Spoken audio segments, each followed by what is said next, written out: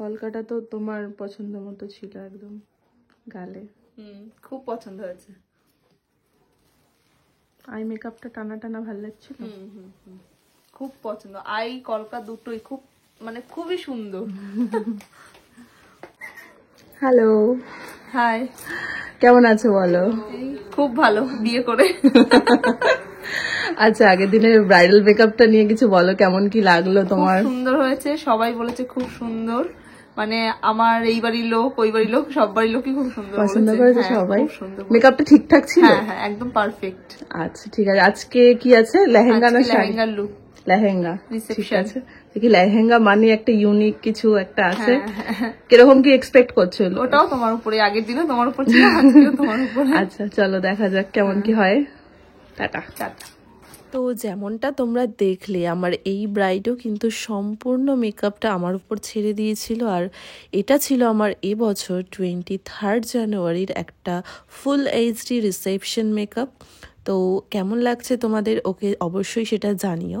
দেখো ওর স্কিনটা কতটা বেশি ফ্ললেস, কতটা গ্লোয়িং লাগছে, জাস্ট বিকজ ও একটা হাই ডেফিনেশন মেকআপ চুজ করেছে। অ্যান্ড যাদের স্কিন খুব বেশি problematic, rash, pimples, dark spots রয়েছে, তারা চেষ্টা করবে একটু হাই এন্ডেড প্রোডাক্ট ইউজ করতে।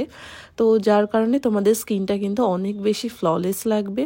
তো এই হচ্ছে আমার আজকের একটা রিসেপশন লুক। ও একটা ওপেন হেয়ার চেয়েছিল লেহেঙ্গার সাথে, তো আমি সেরকম কিছু ট্রাই করেছি। অ্যান্ড আমার চয়েসে কিন্তু আজকে আমার পুরো ব্রাইডটা কমপ্লিটস হয়েছে। আর ব্রাইডাল বুকিং রিলেটেড যদি কোনো রকম তোমাদের কোয়ারিজ থেকে থাকে, তাহলে আমি আমার প্রোফাইলে আমার নাম্বারটা শেয়ার করে দিয়েছি, প্লিজ নোট ডাউন করে একবার আমার সাথে কন্ট্যাক্ট করো।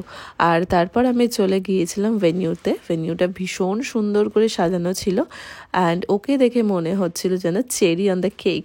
তো এই দেখো ওর কিছু ফটো সেশন চলছিল, আর আমি তার মধ্যে থেকে ওর কয়েকটা ক্লিপস নিয়েছি জাস্ট বিকজ তোমাদেরকে দেখাতে পারি।